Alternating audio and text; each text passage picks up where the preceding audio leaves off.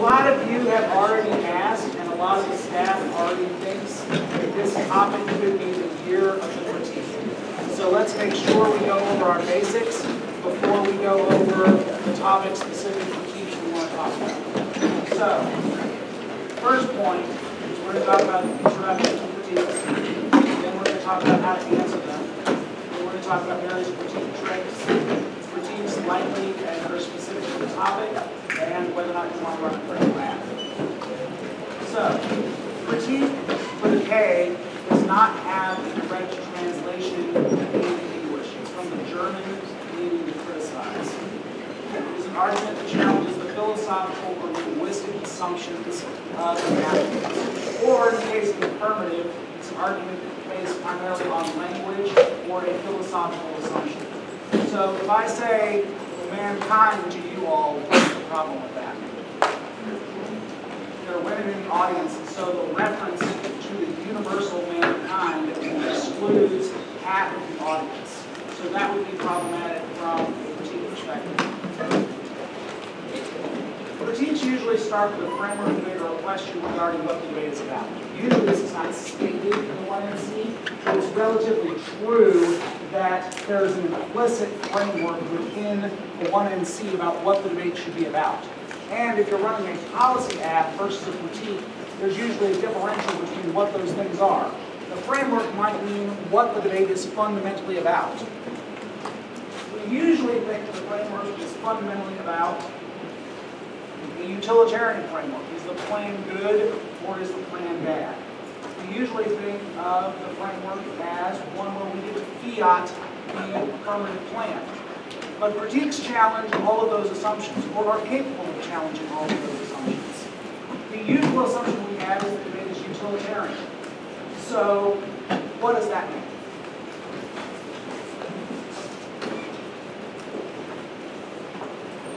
Utilitarianism?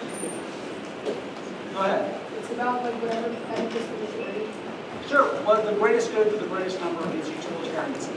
And your affirmative that you have in the starter packet arguably is not a utilitarian affirmative. Arguably, if you just ran the discrimination advantage, it is a critique act. So that's something to think about. But the debate might be about educating people. It might be about language. It might just say we're 5 people in a room talking, and what's the best language choices we can use for those 5 people in a room. Critiques have links. The difference in the link isn't always to the plan. So the link might be to your assumption and your evidence. It might be to the language used in one of your cards, etc. So one critique on this topic could be that if you enact school choice and you rely upon market competition, that you're embracing the logic of the market. So a lot of affirmatives on this topic, like charter schools, like vouchers, etc., will rely upon the language of market choice. We'll say that competition is necessary to drive up the standards within schools. And all of those are making a capitalistic or neoliberal assumption when they do that. That's a good way to think about the world through competition or market ideology. Just like this says, critiques have impacts, but they often have deontological impacts or something you should reject no matter what. Can anyone think of a deontological idea in everyday society? What's up? Racism. You should reject racism no matter what. Even if the plan has good consequences, you should reject racism. One thing that comes out a lot in Alabama is the 10 Commandments, are deontological principles. It says, thou shalt not steal, thou shalt not kill. It doesn't have a caveat that says, thou shalt not kill unless you stop a nuclear war. Thou shalt not kill unless you stop human extinction. It says, no matter what, you should follow that principle. So that's a deontological argument. My friend up here had a really good one in regard to racism. We have fought a war to solve that in the past, so let's try and move forward. Critiques also have systemic impacts, meaning the continuation of a system. The system causes oppression or makes extinction inevitable. The textbook example of this is the capitalism critique. We'll start with the idea that capitalism is unethical, and then that capitalism is the root cause of environmental destruction or war, and then an alternative to reject capitalism. But the system itself, and the system could be one of many various things. The system could be anti-blackness. The system could be patriarchy. The system could be neoliberalism. The system could be one of many numbers of things that will argue that unless we break out of this system, we will have a series of problems that only the alternative can solve. Critiques usually have an alternative. I'm one of the people who believe that they don't always have to have an alternative, but they usually do. The best way to think of the critique alternative is like a counterplan, but it's a counterplan that isn't necessarily an alternate plan. The counterplan might be to rethink capitalism. The counterplan might be to withdraw from capitalism. The counterplan might be to change the language that you use on a given question, etc. An alternative is often to withdraw from or challenge an oppressive structure. In my case of capitalism, there's evidence that if we withdraw from capitalism and hollow out capitalism, that will be a good thing to do and will break down the system of capitalism. So that's the alternative to capitalism critique, is withdrawing from capitalism. So here's an example of a critique you can hear on this topic. The plan uses the logic of the market to improve schools. You'll see a lot of evidence on this, as I mentioned before, in the school choice literature, whether it's charters, whether it's vouchers, etc. It says the real solution to our education problems is to unleash the logic of the market. Make schools compete against each other. And if they compete against each other, they'll raise standards, they'll pay more for the best teachers, they'll make sure their school's the absolute best, just like in capitalism, how the profit motive drives people to make things the absolute best, at least here. Capitalism is the root cause of oppression and environmental destruction, and the judge should withdraw from capitalism. That's a very basic critique and gives you an example that we can work from when we put in the specific critiques from this topic. Okay, to answer the K, I usually teach things with mnemonic memory devices, and the acronym is STOP. Solvency, the alternative doesn't solve. Theory, you raise the theory attack against the critique. Offense, where you generate some offense either from your plan or challenging their theory, and a series of permutations which you probably want to run. This is how I literally write my front lines to critiques. I also have an acronym for disads, and I go down the list of the acronym and make those kinds of arguments. It's helpful when you're writing blocks. It's also helpful if you hear a critique you haven't heard before. What are the kinds of answers that I need to make? And this provides you with a variety of them. The first answer, and probably the one that is most relevant, the primary way to beat the critique is to prove the alternative doesn't solve the case. The truth of the matter is that the critique is usually right at the link level and right at the impact level. Sometimes it makes a sort of universal observation about society, which is inherently true. And so the question is, does the alternative actually solve for challenging that system? And you want to argue that the alternative will fail. For one thing, you want to argue it doesn't solve your case, so you keep your case in the end. You read your case for 8 minutes. You should defend it by saying, we get access to all 8 minutes of the 1AC. You can assess what can pragmatically be done, as opposed to utopian alternatives. So one deschooling critique I've already seen on this topic advocates for utopian education. You can obviously argue we're never going to achieve that kind of education. We're not capable of people as achieving that kind of education, etc. Specificity, prove the alternative won't solve the specifics of the case. How will the alternative lead to more trans people being oppressed? How will the alternative lead to a lack of dignity for trans individuals? Whatever it is, you can argue that it won't solve the case. What does challenging capitalism have to do with the advantages of the AF? Probably not very much. And as a result of that, you can, through pragmatism and specificity, prove the alternative won't solve the case. Framework is usually the number one theory argument. The debate should only be about policy. One variant you can run of this argument is that AF choice preserves flexibility for both sides.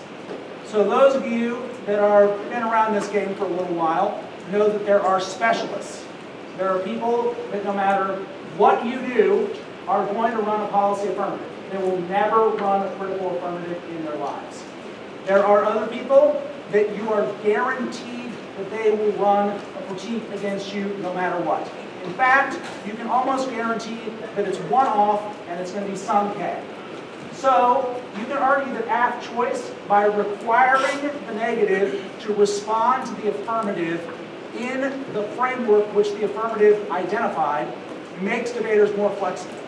It might also break down some of these divides in the community, because some argue that the community is relatively divided, and one of the ways in which it's divided is between this critique policy divide. You can also argue the resolution is a policy question. It asks what we should do. It doesn't ask us to rethink. It doesn't ask us to withdraw from something. It asks, how should we change education in the United States? Fairness, there's an infinite number of frameworks available, and we should get to weigh our AF. A large part of this is to just try and get your AF back in the game. Even if you don't win on your framework argument, if you win, if we get to weigh our affirmative, then your affirmative has that 8 minutes of impact that you get back. There are a lot of critique tricks that are designed to make your affirmative disappear in the blink of an eye. And so you want to make sure you get to weigh your 8 minutes of your speech against what they identify. You might get somewhere by arguing that the alternative is vague. My favorite argument is to argue the alternative is vague in the 2AC, and then turn that into a solvency argument in the 1AR. To say that people won't be able to embrace the alternative because it's too vague, they won't understand the alternative, and therefore will be corrupted when put into action. You should also ask in the cross-X, is the alternative capable of doing RF? If so, why is the alternative inconsistent with RF? Especially when you're running what's called a soft left AF, which I would argue the trans case you have in your packet is a soft left AF. You can claim some critical advantages with that, and you might be in the direction of a lot of these critiques. Maybe the 1AC doesn't go as far, but certainly the alternative would make the bathrooms equitable for all people. Offense, the best way to generate offense is to indict the theory. So argue that capitalism is good when your plan solves oppression. I think too many people are afraid to impact turn critique. And I've found many critique debaters to be relatively weak at the impact level. They're very good at the link level, they're very good at the permutation level, they're very good at the alternative level, but they're weak on just, this is a good thing. And you ought to be able to, against a capitalism or neoliberalism critique, just flat out defend capitalism or neoliberalism. To give you a little bit of foreshadowing, I also think you can defend the banking model of education on its merits. Also, author arguments are relevant here. You probably have an index of arguments, A through Z, Agamben for Zizek, in your K file. And you may want to indict the theories of a given author. Permutation, always permute a critique. The reason why is they may have extra philosophical advantages. They would never call it that, but that's what they have to the critique. So always make sure you combine the two. Argue two permutations. Do both, and do the plan and all mutually exclusive parts of the act. What's the difference between those two things? What's the difference between saying do both and do everything but the mutually exclusive parts of the argument? Go ahead. The second one works against like a reject all. Sure. The The second one works against like a reject alt, vote negative on these grounds.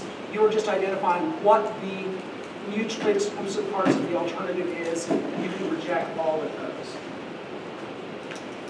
If the alternative can do the plan, then do the alternative also works. So one of your first cross-ex questions against a should be, can the alternative result in a plan? And if it can result in a plan, then the alternative is not inconsistent with the plan, and you can permute it by doing the alternative. If it's just a plan plus extra philosophical stuff, there's no reason it competes with the plan to begin with. So you may want to run those three different kinds of permutations against the deck.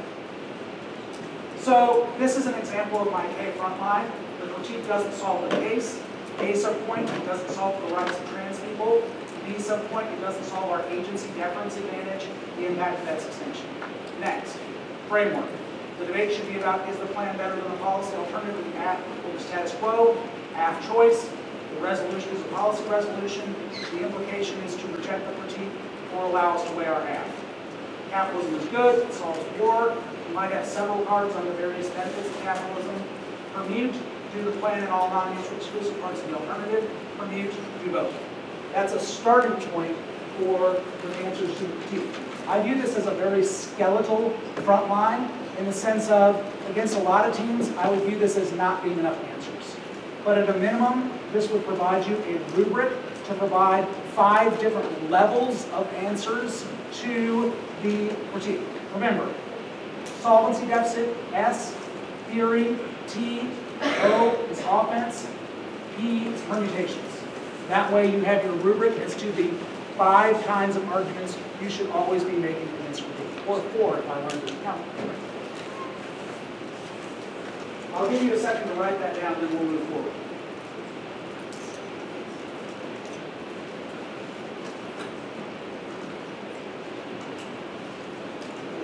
Go ahead. While we're on this slide on the permutation arguments, yes. This is reject alt. What are your thoughts on using an intrinsic term, arguing legitimate versus reject alt? I think that is a good answer. I think it's especially good if embedded in their evidence is an implicit alternative that they don't defend. Sometimes people just say vote negative or reject the act, but in their evidence there is an implicit alternative. I think you ought to be able to permute the implicit alternative. That's a really good question. Okay, next topic of conversation is K-bombs. K-bombs is my nickname for an argument that if you drop, you almost automatically lose. If you are negative, drop K-bombs. If you're affirmative, make sure to answer all of these different arguments. They're little tricks that people will embed in their blocks that largely make your affirmative irrelevant. The first one is ethics are all that matter. This is the consequences debate. Consequences don't matter. Ontology says we have certain principles that we should not violate no matter what. To answer this, you have to prove that consequences are key to ethics. So they'll say capitalism is unethical, it treats people as a means to an end, you should always reject capitalism. Your answer to this needs to be that consequences are key to ethics. Probably the most famous card in this question is from Isaacs, and I voted on this card in the semifinals of the NPT one time.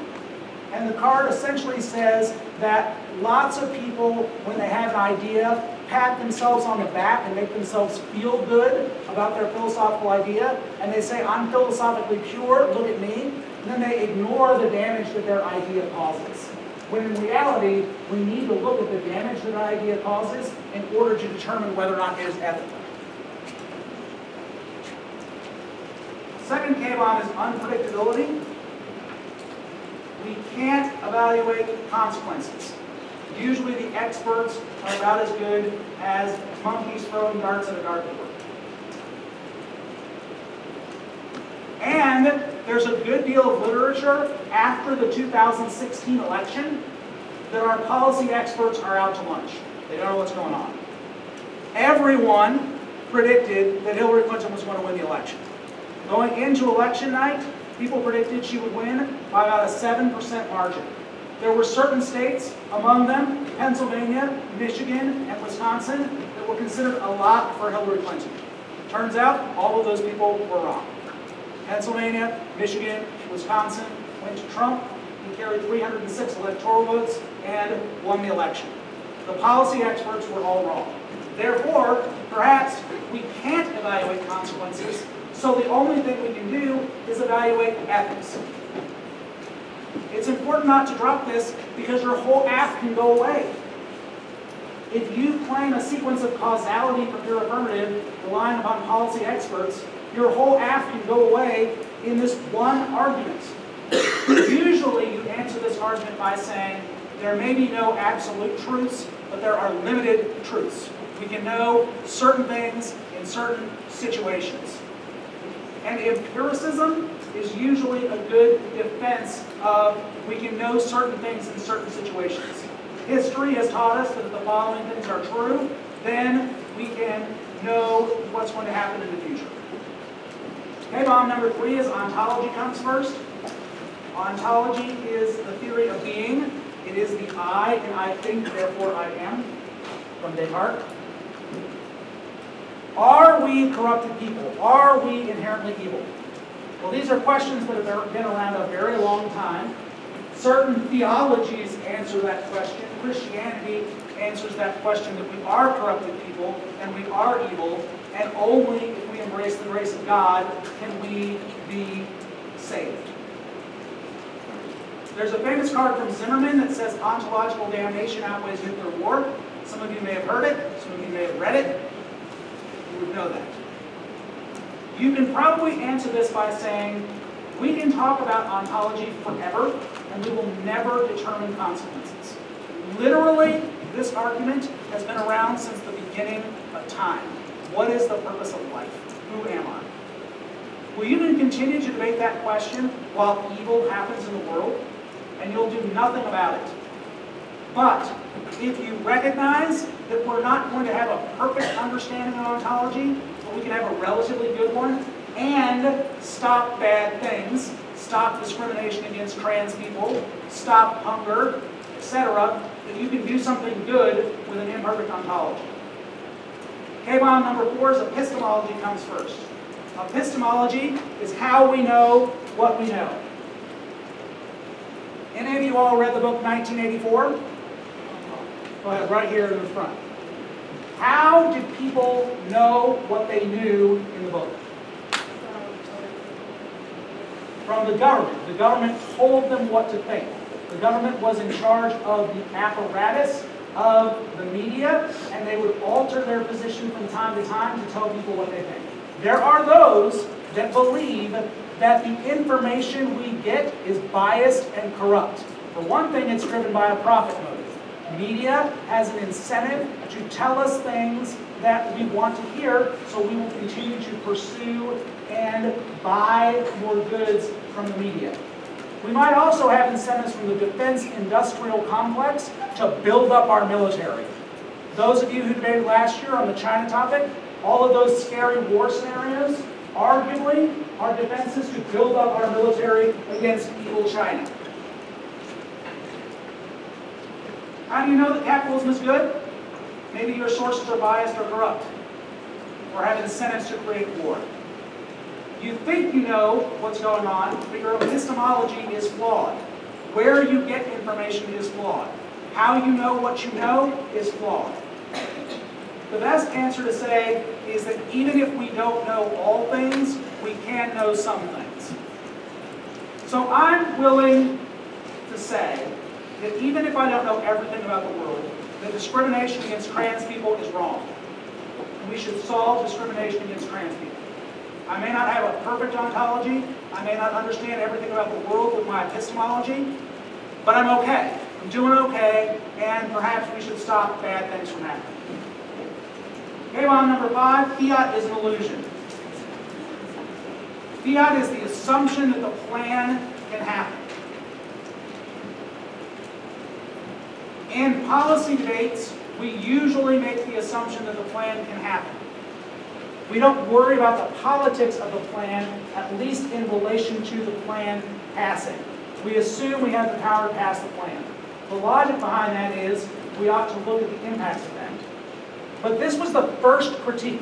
If you go back to the Debate Researcher's Guide in 1993, this was the first critique that Bill Shanahan introduced. By the way, he invented the critique at the Northern Iowa tournament in 1991. This was the first critique. The out's an illusion, therefore you lose on presumption because you have no advantage. It's been embedded now into other kinds of critiques. The plan can't happen, and as a result of the plan not being able to happen, you have no advantage. Again, poof, your whole 1AC disappears. Drop this argument, and they say none of your advantages are relevant. None of what you said in the 1AC matters. So you have to answer this argument. Because the plan never happens, you can claim no impact from the plan. It is frequently combined with its friend, representations are all that matter, K-long. So they argue, you can't get access to your advantages because we're just 5 people talking in a room. Because we're just 5 people talking in a room, we ought to focus the debate on how we talk. And how we talk is more important than this hypothetical world you've created that will never happen. None of us will be policymakers, but we are people living in the world. And we ought to focus on the way we talk. Okay, well, on 6, representations are all that matter. This is the discourse is all that matters argument. All we're doing is talking. They say that representations create reality. For those of you that debated on the China topic, you're probably familiar with the Orientalism critique, which was the idea that Western authors painted China with a particular brush. They usually painted them as being evil. They usually painted them as wanting to take over the world, etc. But there are other kinds of representations that there will be on this topic as well. Can you give an example of representations for reality? Anybody have an idea about it? Where have we seen in the world representations creating reality?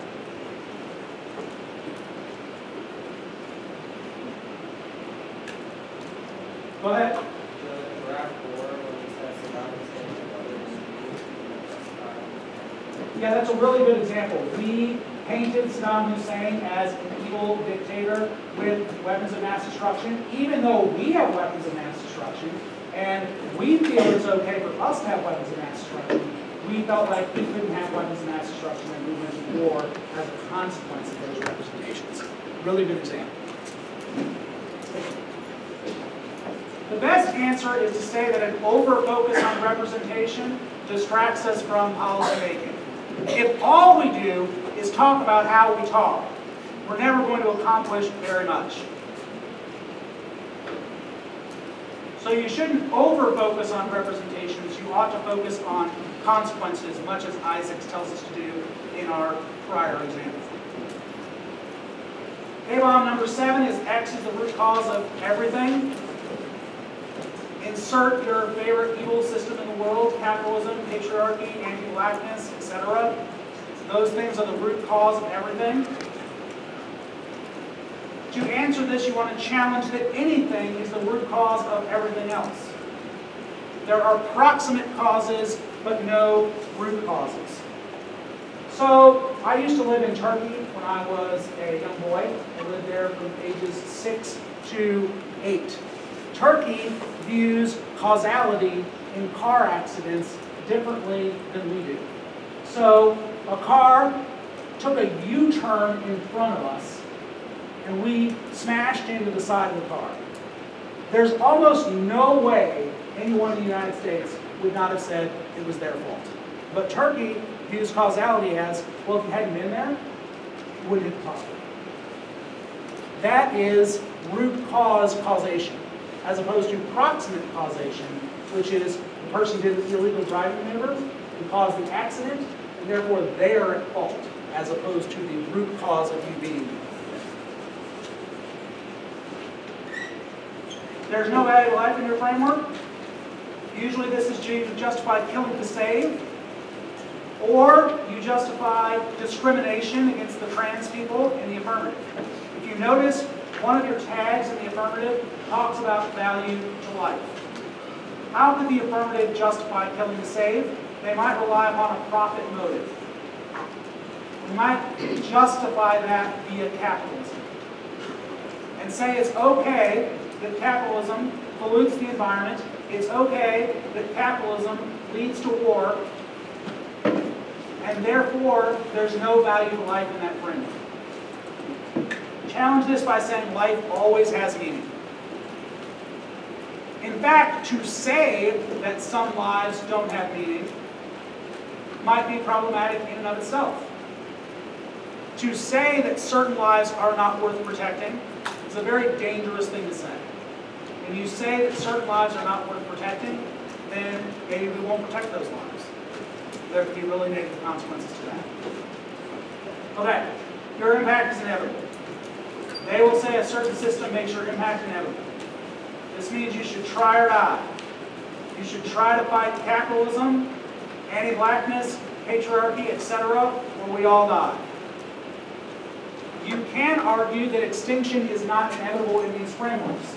There are others like Pinker that are optimists in the world, and they say things are getting better in the world. People live longer, there's less poverty than there was before, there's less discrimination. That's not to say these things are not still a problem, but we're certainly not on a one-way freight train to extinction.